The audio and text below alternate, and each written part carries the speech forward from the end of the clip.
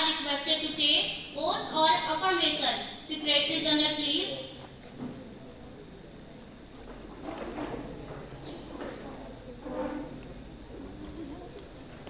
Ms. Sachi, who is stand elected from Vijayawada constituency of Andhra Pradesh, will now take an oath or affirmation. Ms. Sachi, please.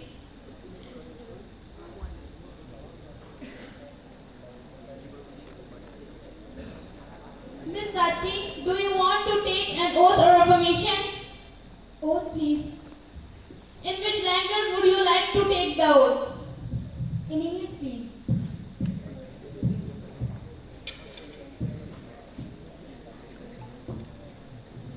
I, Sakshi Rana, do swear in the name of God that I will bear true faith and allegiance to the Constitution of India as by law established, that I will uphold the sovereignty and integrity of India, that I will faithfully and conscientiously discharge my duties upon which I am about to enter.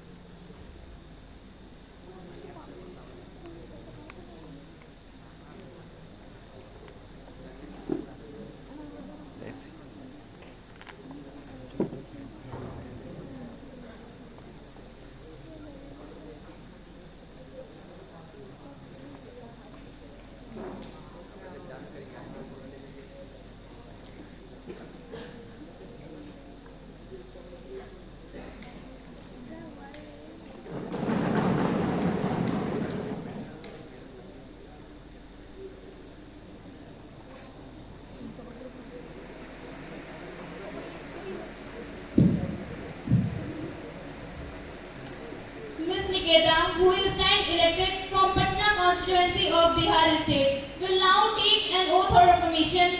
Ms. Niketa, please.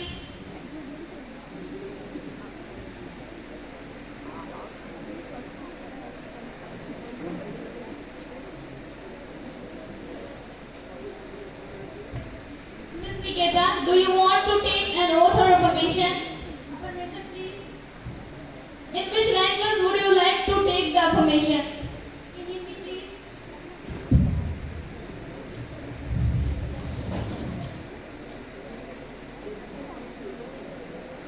मैं निकेता कुमारी संविधान की शपथ लेती हूँ कि मैं विधि द्वारा स्थापित भारत के संविधान के प्रति सच्ची श्रद्धा और निष्ठा रखूंगी।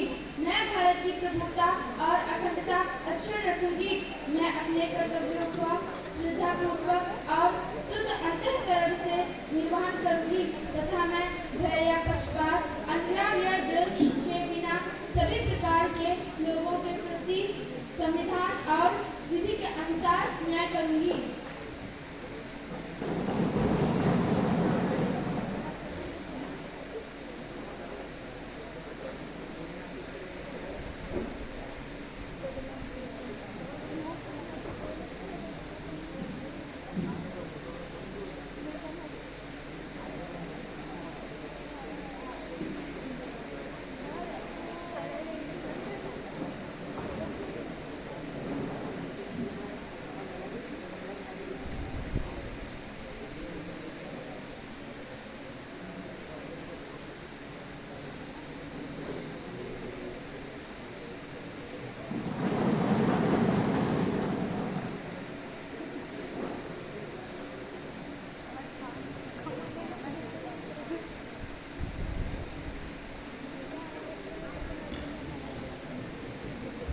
Ms. Tania, who is stand elected from Prayagraj constituency of Uttar Pradesh, will now take an oath or affirmation.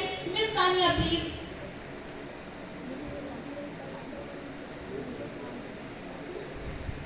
Ms. Tania, do you want to take an oath or affirmation? Oath, please. In which language would you like to take the oath? In Sanskrit, please.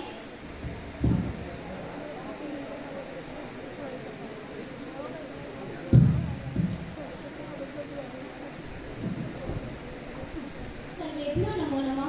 अहं तानिया लोकसभायाः सदस्यनिर्वाचिता ईश्वरस्य नाम्ना सत्येव अहं विधिना स्थापिता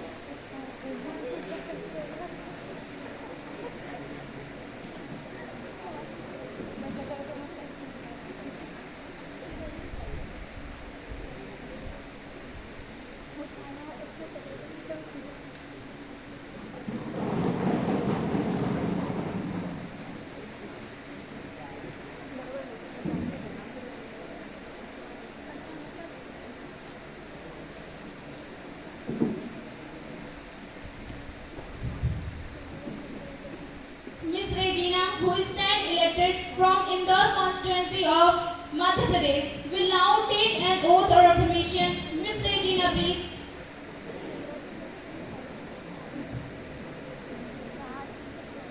Ms. Regina, do you want to take an oath or affirmation? Oath, please. In which language would you like to take the oath? In English, please.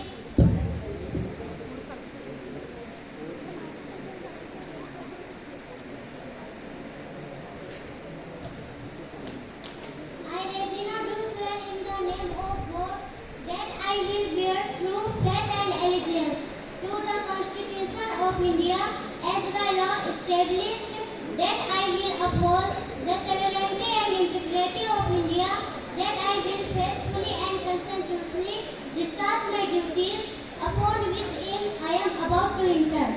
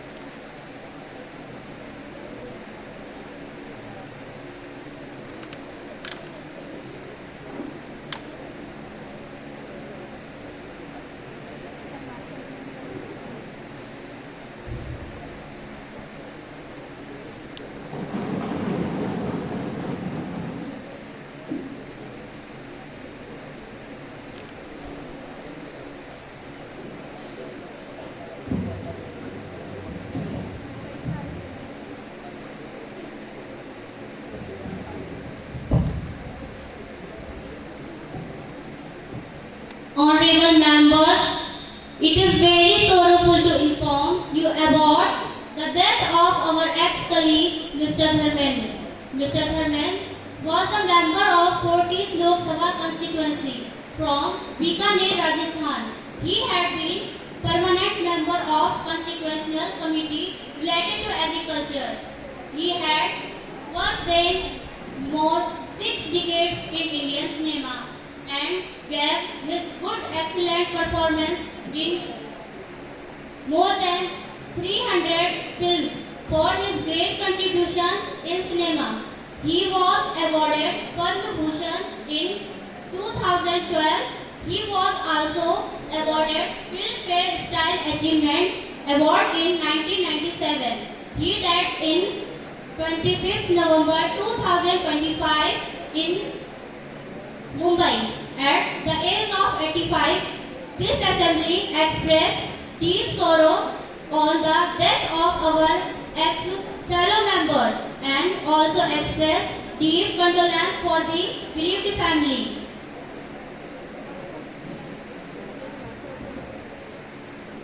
माननीय अध्यक्ष महोदया, यह अत्यंत दुखद है कि हमने अपने एक बहुमुखी प्रतिभा वाले एवं जनप्रिय साथी श्री धर्मेंद्र जी को इस संसार से प्रत्यक्ष रूप से खोया है।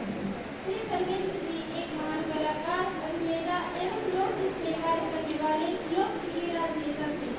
सन 2004 में उन्होंने बीकानेर क्षेत्र से चुनाव लड़ा और 60,000 मतों के अंतर से एक बड़ी जीत हासिल की, जो कि उनकी लोकप्रियता का एक आदर्श उदाहरण है।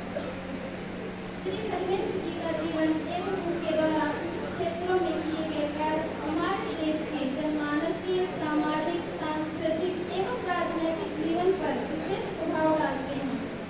उन्होंने अपने कार्यकाल में विभिन्न क्षेत्रों जैसे स्कूल, पुल निर्माण एवं सफाई आदि पर विशेष कार्य किया, जो कि अत्यंत सराहनीय है। श्री धर्मेंद्र जी द्वारा किए गए कार्य उन्हें सदैव अमर बनाए रखें। हमारे पूर्व साथी श्री धर्मेंद्र जी, जो कि बीकानेर संसदीय क्षेत्र के 4वीं लोकसभा के सदस्य हैं, का निधन हम सभी के लिए बेहद दुखद घटना है। श्री धर्मेंद्र जी एक ऐसे राजनेता थे जिन्होंने राजनीति में सादगी, निडरता एवं ईमानदारी को प्राथमिकता दी। श्री धर्मेंद्र जी उन्होंने लोकसभा सदस्य के रूप में जनता का प्रतिनिधि होने का दायित्व बड़ी गंभीरता से निभाया। उन्होंने यह सिद्ध किया कि राजनीति में सफलता केवल आत्मविश्वासों से नहीं, बल्कि सकारात्मक सोच, लोकप्रियता एवं सद्भावना से भी प्राप्त की जा सकती है। अपने जीवन काल में उनके द्वारा किए गए कार्य उनकी कीर्ति को सदैव अच्छा बनाए रखेंगे। The House may stand in silence for a while to express our deep sorrow for the bereaved family.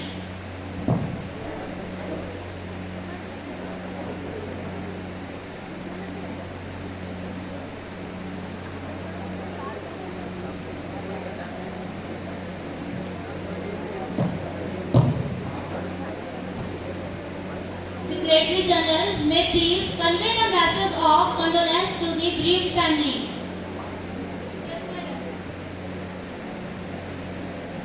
Introduction of new ministers. Prime Minister, please. माननीय अध्यक्ष महोदय, मुझे अति प्रसन्नता हो रही है कि मैं आपको और आपके माध्यम से मंत्रिमंडल के नए सदस्यों का सदन से परिचय करा रही हूँ। माननीय श्रीमान कृष्णा राणा जी, जो कि गृह मंत्री के रूप में नियुक्त हुए हैं। माननीय सुश्री पिंकी जी, जो कि रक्षा मंत्री के रूप में नियुक्त हुई हैं। माननीय सुश्री रामवती जी, जो कि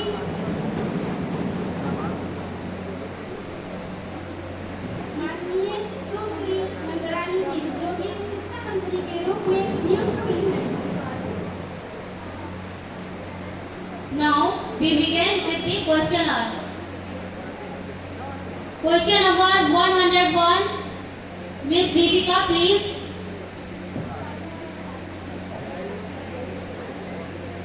Honorable Speaker Madam, I would like to ask the Honorable Minister of Justice whether the government is aware of the increasing problem of the water pollution in river, even in a city like Indore, counted among the cleanest cities in the country. However, the severe pollution of the Khan River in Indore, so that water pollution has become a serious problem. Along with urban development, kindly from the House, what conduct states the government has taken the river water pollution along with the incident in Indore. Thank you. Honorable Jal Shakti Minister, please.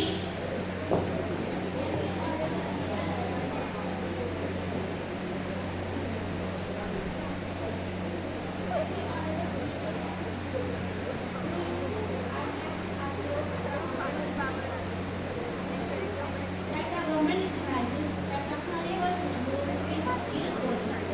Due to its safety and consideration, it is to set underwater management its huge standard. Firstly, until the underwater pollution, the government is expanding activity. Serious treatment plan to ensure that 100% of urban cities is treated reporting discharge reporting. It is subsequent diversion of rain flowing into the Khan Rivers are being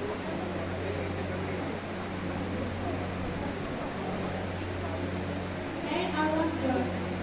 Secondly, strict enforcement of the Water Act 1974 and Environment Protection Act 1986 is being pursued through National Pollution Control Board.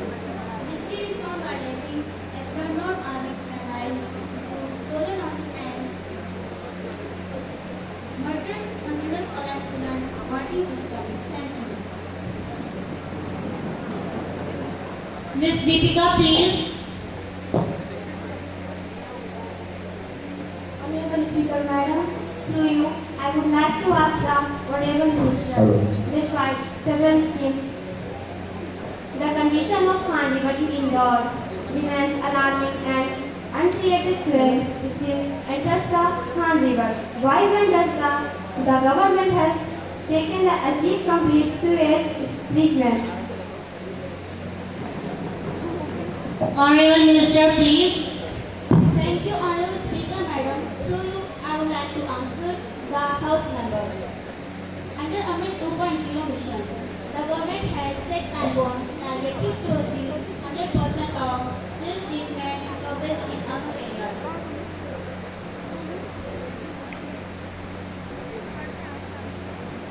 Continuous monitoring system and audits are being implemented to ensure timely completion and effective functioning of sewage treatment plant. Thank you. Mr. Rahul, please. Honorable Speaker Madam, through you, I would like to ask the Honorable Ministers what measures are being taken to mitigate industries from political Khan River in Indore in the future. Honorable Minister, please. Thank you, Honorable Speaker Madam. Through you, I would like to ask you the Honorable Member. Industries are being monitored through continuous oil and gas ban. Under Environment Protection Act 1986, polluting road faces strict penalties, closure notice and cancellation of license. The government follows zero tolerance policy towards industrial water pollution. Thank you.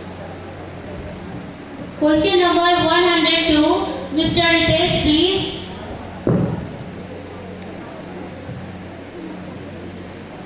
आदरणीय अध्यक्ष महोदया, मैं आपके माध्यम से माननीय शिक्षा मंत्री को यह बताना चाहता हूं और उनसे प्रश्न पूछना चाहता हूं कि किसी देश का विकास उस देश की शैक्षिक नीति पर निर्भर करता है।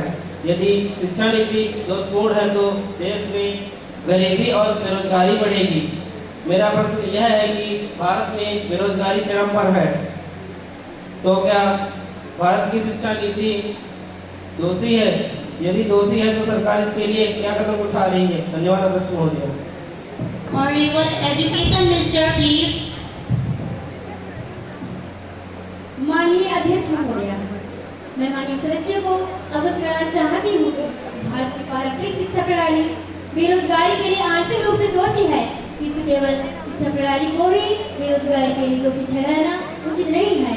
बेरोजगारी एक बहुआयामी समस्या है जिसमें आर्थिक, सामाजिक एवं तकनीकी और वैश्विक कार्य भी समान रूप से जिम्मेदार है। शिक्षा का अत्यधिक सैद्धांतिक होना और कौशल शिक्षा का सीमित समावेश डिग्रीधारी युवाओं में रोजगारियों के कौशल की कमी आदि से बेरोजगारी बढ़ी है, यह बात सत्य है। किंतु मैं माननीय सदस्यों को अवगत कराना चाहूंगी कि सरकार ने भी कमियों को दूर करने के लिए नई शिक्षा नीति 2020 लागू की है, जिसके अंतर्गत कक्षा 6 से कौशल एवं व्यवसायिक शिक्षा की शुरुआत होगी। Internship on the job training पर बल दिया गया है। उच्च शिक्षा में बहुविषयक पाठ्यक्रम है। Skill India, make in India, startup India, PM विकसित रोजगार योजना के साथ शिक्षा का समन्वय किया गया है। अतः मैं माननीय सदस्यों को आशान्वित करती हूँ कि हमारी सरकार नई शिक्षा नीति और युवा में कौशल विकसित कर बेरोजगारी दूर करने का प्रयास कर रही है। धन्यवाद महोदया। Mr. Ritesh, please. आदरणीय अध्यक्ष महोदया, मैं माननीय मंत्री महोदया का ध्यान देश में उत्पन्न बेरोजगारी की बेतहाशा बढ़ोतरी की ओर आकर्षित करना चाहता हूँ। देश में बेरोजगारी बढ़ रही है, जो कि हमारे सामाजिक आर्थिक विकास के लिए नकारात्मक है, जबकि हम सन 2047 तक विकसित भारत का सपना देख रहे हैं। माननीय अध्यक्ष महोदया, मैं संबंधित मंत्री से यह पूछना चाहता हूं कि आखिर सन 2047 तक भारत कैसे विकसित होगा? बेरोजगारी जैसी समस्या हेतु वर्तमान समय में सरकार किन नीतियों पर कार्य कर रही है? धन्यवाद अध्यक्ष महोदया। Honorable Minister, please. माननीय अध्यक्ष महोदया, मैं माननीय सदस्यों को अवगत कराना चाहती हूँ कि भारत की पारंपरिक शिक्षा प्रणाली बेरोजगारी के लिए आंशिक रूप से दोषी है। विकास का मूल आधार केवल इमारती सड़क या तकनीकी नहीं बल्कि रोजगारी सशक्त एवं आत्मनिर्भर युवा शक्ति होती है। हाँ, हम यह भी मानते हैं कि यदि शिक्षित युवा लंबे समय तक बेरोजगार रहता है तो उसकी ऊर्जा एवं प्रतिभा निष्क्रिय हो जाती है। साथ ही बेरोजगारी से न केवल गरीबी, असमानता, अपराध एवं असंतोष बढ़ता है, अपितु आर्थिक विकास भी धीमा पड़ जाता है। ऐसे में सरकार 2047 तक भारत को विकसित राष्ट्र बनाने के लिए कदम उठा रही है। बड़े पैमाने पर गुणवत्तापूर्ण रोजगार का सृजन किया जा रहा है। शिक्षा को कौशल केंद्रित बनाया जा रहा है। सरकारी परीक्षाओं में पारदर्शिता व समयबद्धता निश्चित की जा रही है। निजी क्षेत्र, सूक्ष्म, लघु एवं मध्यम स्तर पर रोजगार तथा स्टार्टअप के विकास के लिए सरकार का संकल्पित होकर कार्य कर रही है। अतः मैं हमारे सदस्यों को आशान्वित करती हूँ कि देश की विकास समस्याओं को चरणबद्ध तरीके से दूर करके हम सभी के सहयोग से भारत को 2047 तक विकसित राष्ट्र की संकल्पना को साकार कर सकेंगे। धन्यवाद महोदया। Mr. Atul, please.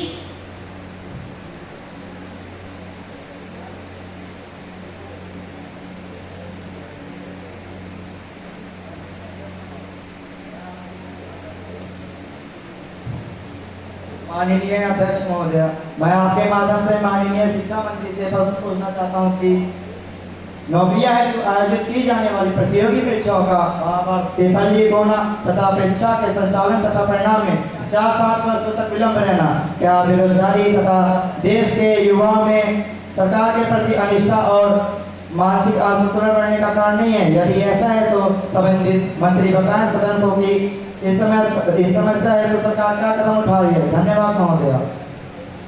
Honourable minister please. माननीय अध्यक्ष महोदया, मैं माननीय सदस्यों को अवगत कराना चाहती हूँ कि यह प्रश्न विचारणीय व गंभीर है। विकास का मूल आधार केवल पेपर लीक से योग्य अभ्यर्थियों का चयन बाधित होता है। युवाओं में हताशा, अविश्वास और निराशा होती है। युवाओं का परिश्रम, समय, धन एवं ऊर्जा व्यर्थ हो जाती है। इस प्रक्रिया से युवा अन्य रोजगार से भी वंचित हो जाते हैं। सरकार ने इस समस्या के समाधान हेतु निम्न कदम उठाएंगे। सार्वजनिक परीक्षा अधिनियम 2024 लागू किया है। इसके अंतर्गत पेपर लीक, नकल, सर्वर बैंक और संगठित अपराध पर 10 वर्ष तक की सजा और भारी जुर्मानों का प्रावधान है। कंप्यूटर आधारित टेस्ट को बढ़ावा दिया गया है जिससे प्रश्न पत्र पहले से लीक न हो। परीक्षा केंद्रों पर बायोमेट्रिक सत्यापन और AI आधारित निगरानी भी की गई है। एनटीए सहित परीक्षा एजेंसियों की जवाबदेहिता भी तय की गई है। हमारी सरकार उक्त उपायों का कठोरता से पालन के लिए कृत संकल्पित है जिससे प्रतियोगी परीक्षाओं में विश्वसनीयता और पारदर्शिता स्थापित कर युवाओं को समय पर रोजगार प्रदान किया जा सके। धन्यवाद महोदय। क्वेश्चन नंबर 103 माननीय सदस्य अंजलि जी।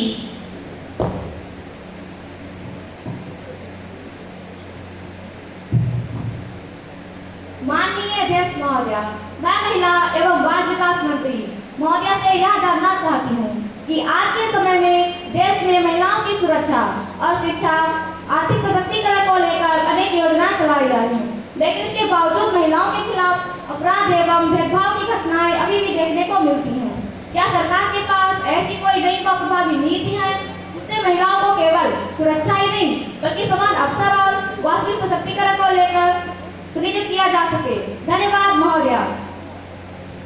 माननीय महिला एवं बाल विकास मंत्री सुश्री अनुष्का जी। माननीय अध्यक्ष महोदया, मैं माननीय सदस्य द्वारा उठाए गए इस महत्वपूर्ण विषय के लिए उनका आभार व्यक्त करती हूँ। सरकार महिलाओं के समग्र सशक्तिकरण के लिए प्रतिबद्ध है। इसी उद्देश्य से महिलाओं की सुरक्षा, शिक्षा, स्वास्थ्य और आर्थिक आत्मनिर्भरता को बढ़ावा देने के लिए सरकार ने अनेक योजनाएं लागू की हैं। इसके अंतर्गत सरकार ने महिलाओं के लिए कौशल विकास, स्वरोजगार के अवसर, हेल्पलाइन सेवाएं व कानूनी सहायता को भी मजबूत कर रही है। महोदया, हमारा लक्ष्य केवल महिलाओं को सुरक्षा सुनिश्चित करना नहीं है बल्कि उन्हें समाज में समान अधिकार, सम्मान और अवसर प्रदान कराना है ताकि वे राष्ट्र निर्माण में सक्रिय भूमिका निभा सकें। धन्यवाद महोदया। Miss Anjali please. माननीय अध्यक्ष महोदया, मैं महिला मंत्री से यह जानना चाहती हूँ कि आज के डिजिटल आधुनिक युग में कई युवतियाँ ऑनलाइन उत्पीड़न, बॉडी शेमिंग और साइबर बुलिंग जैसी समस्याओं का सामना कर रही है। क्या सरकार ऐसी कोई पहल करने जा रही है जिससे युवतियों को डिजिटल प्लेटफॉर्म पर सुरक्षित वातावरण और मानसिक रूप से मजबूत बनाने में सहायता मिल सके? धन्यवाद महोदया। Honourable minister please. माननीय अध्यक्ष महोदया, माननीय सदस्य द्वारा उठाया गया विषय आज के समय में अत्यंत महत्वपूर्ण है। सरकार इस समस्या को गंभीरता से लेते हुए महिलाओं और किशोरियों के लिए डिजिटल सुरक्षा जागरूकता अभियान चला रही है। इसके अंतर्गत स्कूल में युवाओं को सुरक्षित इंटरनेट उपयोग, साइबर अपराध से बचाव और शिकायत दर्ज कराने की प्रक्रिया के बारे में जानकारी दी जा रही है। स्कूल और कॉलेज में यह बताया जा रहा है कि हेल्पलाइन सेवाओं को सशक्त बनाया जाए और कानून को भी मजबूत किया जाए। महोदया, हमारा उद्देश्य केवल महिलाओं की सुरक्षा सुनिश्चित करना है और महोदया इसी उद्देश्य से सरकार ने महिलाओं के लिए सरकार ने महिलाओं के लिए ऑनलाइन शिकायत प्रणाली और हेल्पलाइन सेवाओं को भी सशक्त बनाया है। महोदया, हमारा उद्देश्य है कि देश की हर बेटी देश में डिजिटल दुनिया में सुरक्षित, आत्मविश्वासी और सशक्त महसूस करे। धन्यवाद महोदया। Mister Adarsh please.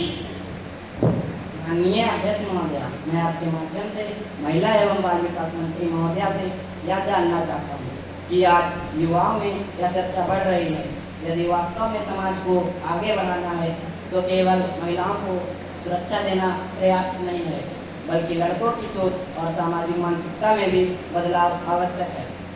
महोदया, क्या सरकार ऐसी कोई पहल कर रही है जिससे युवाओं में महिलाओं के प्रति सम्मान, समानता और संवेदनशीलता की भावना विकसित की जा सके? धन्यवाद महोदया। Honorable Minister, please. माननीय अध्यक्ष महोदया, इसी उद्देश्य से विभिन्न अभियानों और शैक्षणिक कार्यक्रमों के माध्यम से लैंगिक समानता, सम्मान और संवेदनशीलता को बढ़ावा दिया जा रहा है। स्कूलों और कॉलेज और सामुदायिक कार्यक्रमों के माध्यम से यह संदेश दिया जा रहा है कि महिलाओं का सम्मान केवल एक नैतिक जिम्मेदारी नहीं, बल्कि एक नैतिक कर्तव्य भी है। सरकार का विश्वास है कि जब समाज में युवा समानता और भावना के साथ आगे बढ़ेंगे, तभी देश में वास्तविक परिवर्तन संभव होगा। धन्यवाद महोदया। No more supplementary question. Please, now question hour is over. Honorable Member, Mr. Satyam Rana, please. Honorable Speaker, Madam, a serious breach of privilege and officer by using derogatory and abusing language while solving the problem of people in a public meeting. So I request to allow me to raise a question in this matter. Have you given a notice of it to the House earlier? Yes, Speaker, Madam. You may be pleased give the notice along with an evidence. You cannot bring a surprise to the House like this. Yes, Speaker, Madam. I have already given a notice in the House at 10 a.m. in itself. Thank you, Speaker, Madam. Okay, it will be examined when it comes to me. I shall consider it and let you know my decision. Now, paper to be read. Item number 102, Mr. Saras, please. Honorable Speaker, ma'am, with your permission, I rise to lay on the table of the paper listed against my name at serial number 102 in today's revised list of business. Thank you. Item number 103, Road and Transport Minister, Ms. Chancy, please. Honorable Speaker, ma'am, with your permission, I rise to lay on the table of the House the paper listed against my name, it's serial number 103, in today's revised list of business. Item number 104, Renewable Energy Minister, Mr. Ramesh, please. माननीय अध्यक्ष जी, आपकी अनुमति से लोकसभा की आज की संशोधित कार्यसूची क्रम संख्या 104 पर अंकित दस्तावेज जो मेरे नाम के प्रमुख है, आपकी अनुमति से सभा पटल पर रखा हूँ। धन्यवाद। Item number 105, Tribal Minister, Ms. Annapurna, please. माननीय अध्यक्ष जी, आपकी अनुमति से मैं आज की कार्यसूची में मेरे नाम के सामने वक्त संख्या 105 पर वर्णित कागजात आपकी अनुमति से सदन के पटल पर रखती हूँ। धन्यवाद। Secretary to report message from Upper House of Youth Parliament. Madam, I have to report the following message received from the Secretary of the Upper Chambers of Youth Parliament. In accordance with the provision of the Rule of Procedure and Conduct of Business in the Upper House, I am directed to enclose the copy of Disaster Management Amendment Bill 2026, which has been passed by the Upper Chambers at its sitting held on 6 April 2026. Secretary to lay on the table a copy of the bill as passed by Upper House. Madam, I lay on the table of the House the Disaster Management Bill 2026 as passed by the Upper House. Honorable members, I have to make an announcement on my own behalf on the honorable members of the House. I have a great pleasure in extending our warm welcome to His Excellency Mr. Dev Kumar Rana, Speaker of Nepal Parliament and the member of Nepal Parliamentary Delegation, who are on a visit to India as our honorable guest. Honorable members of the delegation are Ms. Simran, Deputy Speaker of Nepal Parliament, Ms. Juhi, also Deputy Speaker of Nepal Parliament, It is very high power delegation. The delegation arrived on Monday, 6th April 2026, are seated in the special box as wish them a happy and fruitful stay in our country. We also convey our own greeting and best wishes through them to the Parliament of Nepal, the government and the friendly people of Nepal Parliament. Now, let us take up calling attention motion. Mr. Karan Singh is to call the attention of Minister of Finance on the increasing price of fuel and gas. माननीय अध्यक्ष जी, धन्यवाद जो मैं प्रश्न करने का मौका मिला। माननीय अध्यक्ष महोदया, मैं सरकार का ध्यान अंतर्राष्ट्रीय युद्धों के कारण देश में उत्पन्न गैस और ईंधन की समस्याओं की ओर आकर्षित करना चाहता हूँ।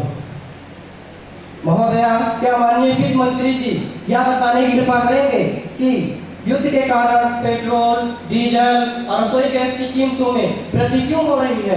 क्या हमारी अंतर्राष्ट्रीय नीति इतनी कमजोर है कि अन्य देशों की अपेक्षा हमारे देश में अंतर्राष्ट्रीय युद्धों का प्रभाव अधिक देखने को मिल रहा है, जबकि वैश्विक पटल पर हम दुनिया के सबसे बड़े उत्पादक और उपभोक्ता में से एक हैं। मैं माननीय मंत्री महोदय से यह भी पूछना चाहता हूं कि देश में यदि यह समस्या उत्पन्न हो रही है तो सरकार इस समस्या के समाधान के लिए क्या कदम उठा रही है? धन्यवाद अध्यक्ष महोदया। Honorable Finance Minister, please. माननीय अध्यक्ष महोदया, मैं माननीय सदस्य द्वारा उठाए गए महत्वपूर्ण मुद्दे के लिए धन्यवाद देती हूँ।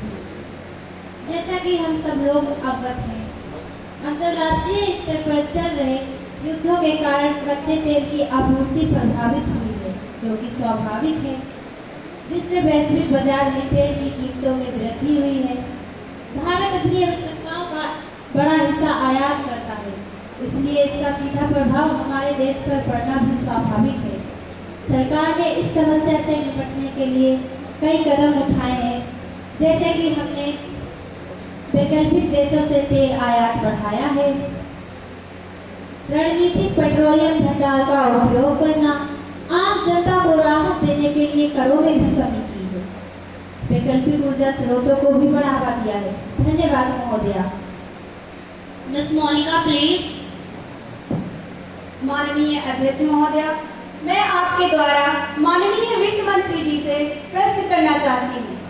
क्या मंत्री महोदया सदन को यह बताने की कृपा करेंगे कि सरकार आम जनता को बढ़ती गैस की कीमतों से राहत देने के लिए तथा उन पर आर्थिक दबाव को रोकने के लिए क्या कोई विशेष योजना लागू करने जा रही है? धन्यवाद महोदया। Honorable Minister, please.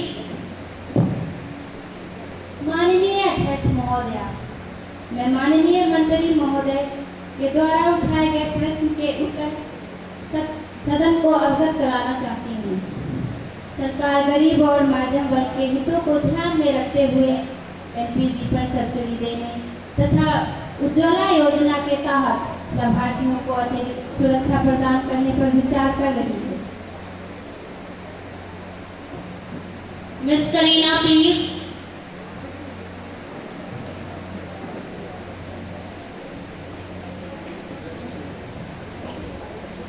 माननीय अध्यक्ष महोदया, आपके माध्यम से मैं विदेश मंत्री जी से यह जानना चाहती हूँ कि वर्तमान वैश्विक परिप्रेक्ष्य जिसमें बदलते भू राजनीतिक समीकरण, क्षेत्रीय संघर्ष और अन्य चुनौतियाँ शामिल हैं, को देखते हुए भारत की विदेश नीति की प्रमुख प्राथमिकता क्या है?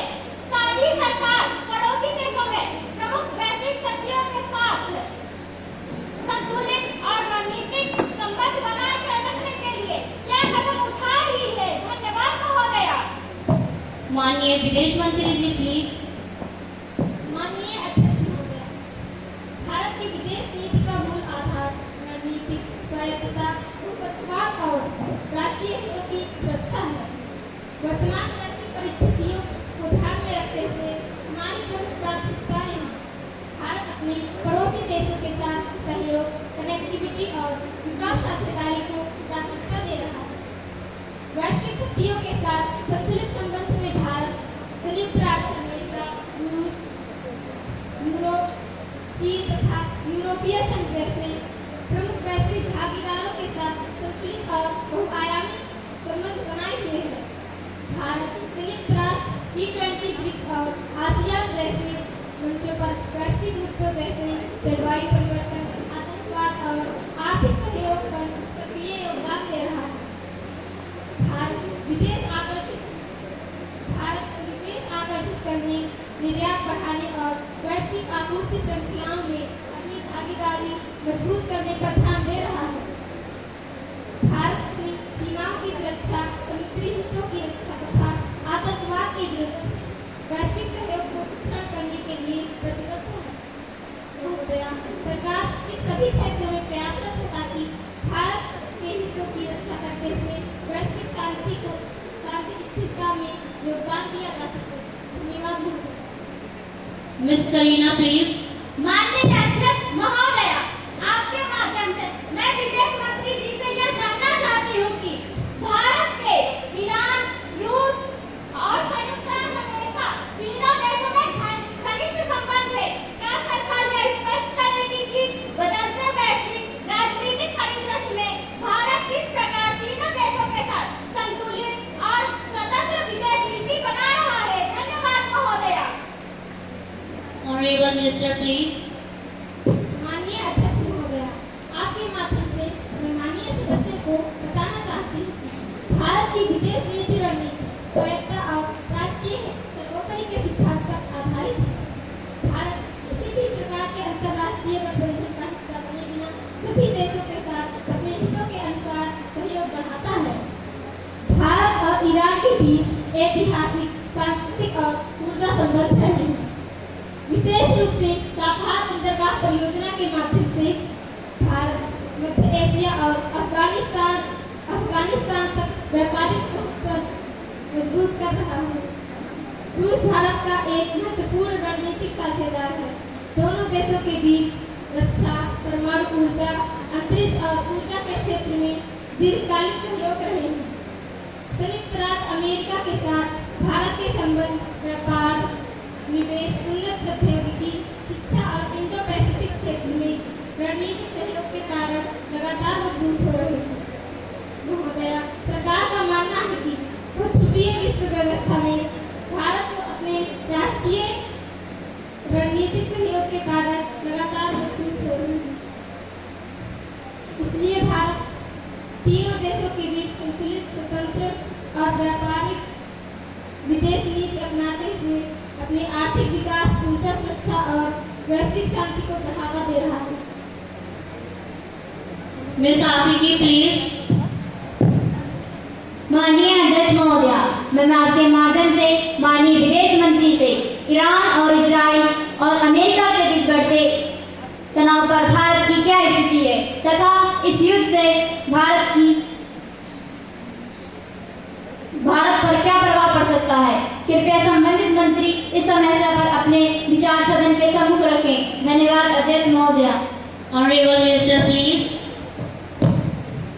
माननीय अध्यक्ष महोदया, मैं आपके माध्यम से माननीय सदस्यों को बताना चाहती हूँ कि ईरान, इजराइल और अमेरिका के मध्य उत्पन्न स्थिति में भारत की नीति स्पष्ट है। हम शांति, संवाद और कूटनीति के पक्षधर हैं। सभी पक्षों से अपील है कि वे तनाव कम करें और बातचीत के माध्यम से समाधान निकालें। भारत किसी भी प्रकार के युद्ध का समर्थन नहीं करता। यदि संकट बढ़ता है तो तेल और गैस की कीमतें बढ़ सकती हैं, जिससे देश पर आर्थिक दबाव आएगा। हम ऊर्जा आपूर्ति को सुरक्षित रखने और वैकल्पिक स्रोतों पर काम कर रहे हैं। धन्यवाद। अब नियम 193 के अधीन अल्पविधि चर्चा अथवा नियम 193 के अधीन उठाए जाने वाले अविलंबनीय लोक महत्व के मामलों पर सदन में बहस होगी। श्री आशीष जी से अनुरोध है कि ये सदन के समक्ष अपनी चर्चा उठाएं।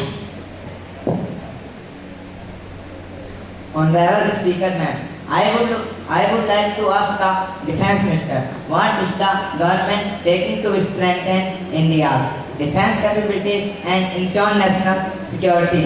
Thank you, Madam. Honorable Defense Minister, please. Thank you, Honorable Speaker Madam. Through you, I would like to answer the Honorable Member.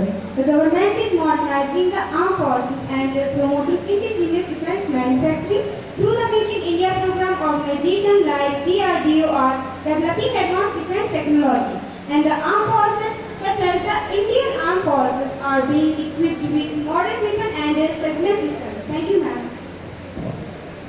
माननीय स्वास्थ्य मंत्री जी विधेयक को पूरा स्थापन करेंगी। माननीय स्वास्थ्य मंत्री श्वेता जी।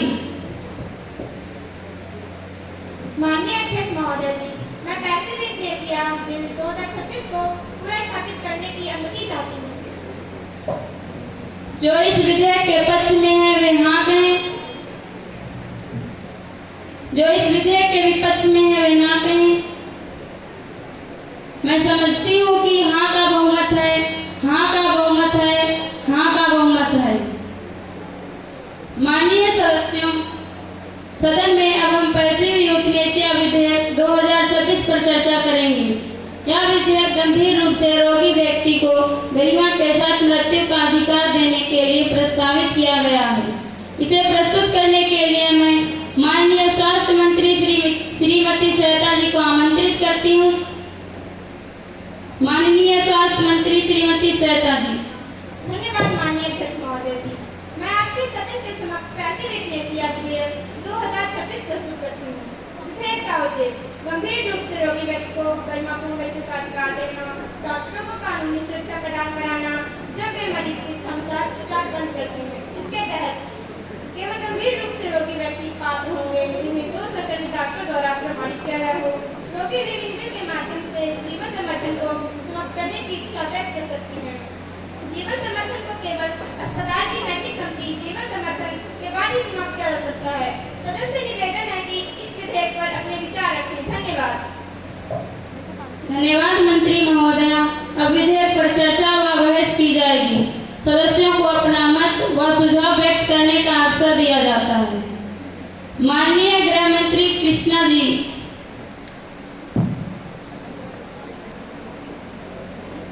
माननीय अध्यक्ष महोदया, मैं इस विधेयक का समर्थन करता हूँ। यह विधेयक गंभीर रूप से रोगी व्यक्तियों को मानव गरिमा के साथ जीवन समाप्त करने का अधिकार देता है। धन्यवाद महोदया। सुश्री सोनिया जी। माननीय सभापति, मैं पैसिफिक यूथनेसिया बिल पर अपनी आपत्ति प्रस्तुत करती हूँ। हम जानते हैं कि यह विधेयक गंभीर रोगियों को गरिमापूर्ण मृत्यु देने के लिए बनाया गया है, लेकिन प्रश्न और सवाल यह है कि क्या यह विधेयक दुरुपयोग और दबाव को पूरी तरह रोक पाएगा। कई मरीजों पर परिवार या समाज का दबाव हो सकता है और उन्हें अपनी इच्छा के खिलाफ मौत के लिए मजबूर किया जा सकता है। कृपया मंत्री महोदय सदन को बताएं कि क्या इसके लिए पर्याप्त सुरक्षा उपाय अपनाए गए हैं। धन्यवाद महोदय। सुश्री नैन्सी जी।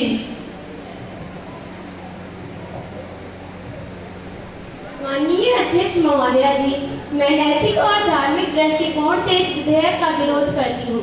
हमारा जीवन पवित्र है और किसी भी व्यक्ति को जानबूझकर समाप्त करना नैतिक और धार्मिक दृष्टि से गलत माना जाता है।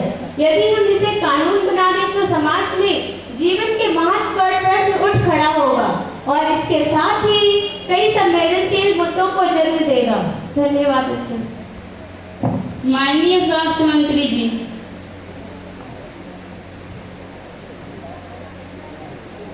माननीय अध्यक्ष महोदय जी, मैं माननीय सांसदों द्वारा उठाए गए इस प्रश्न का उत्तर देना चाहती हूँ। माननीय सदस्यों ने यह चिंता व्यक्त की है कि पैसिफिक यूथनेसिया बिल के कारण मरीजों पर परिवार या अन्य लोग दबाव डाल सकते हैं, जिससे बिल का दुरुपयोग हो सकता है। मैं स्पष्ट रूप से बताना चाहती हूँ कि इस विधेयक पर कई सुरक्षाएं उपाय शामिल किए गए हैं। 2 डॉक्टरों की पुष्टि के बाद ही मरीज को इसको पात्र माना जाएगा। अस्पताल की नैतिक समिति जीवन समर्थन को समाप्त करने से पहले यह समिति सभी दस्तावेज एवं परिस्थितियों की समीक्षा करेगी। लिविंग विल मरीज की इच्छा केवल तभी मानी जाएगी जब वह स्पष्ट और कानूनी रूप से प्रमाणित हो। इन उपायों से हम दबाव एवं दुरुपयोग से सभी संभावित को जोखिम कर सकते हैं। इसलिए मैं आश्वस्त करती हूँ कि इस बिल में पर्याप्त सुरक्षा और निगरानी है और इसे पारित करना उचित है। धन्यवाद महोदय। सदस्यों, बहस समाप्त हुई। अब हम विधेयक पर मतदान करेंगे। जो सदस्य विधेयक से सहमत हैं, हाँ कहें। जो सदस्य विधेयक से असहमत हैं, ना कहें। मैं समझती हूँ कि हाँ का बहुमत है, हाँ का बहुमत है, हाँ का बहुमत है। पैसिव यूथनेसिया विधेयक 2026 लोकसभा में पारित हुआ। The House is adjourned to meet again tomorrow at 11 a.m.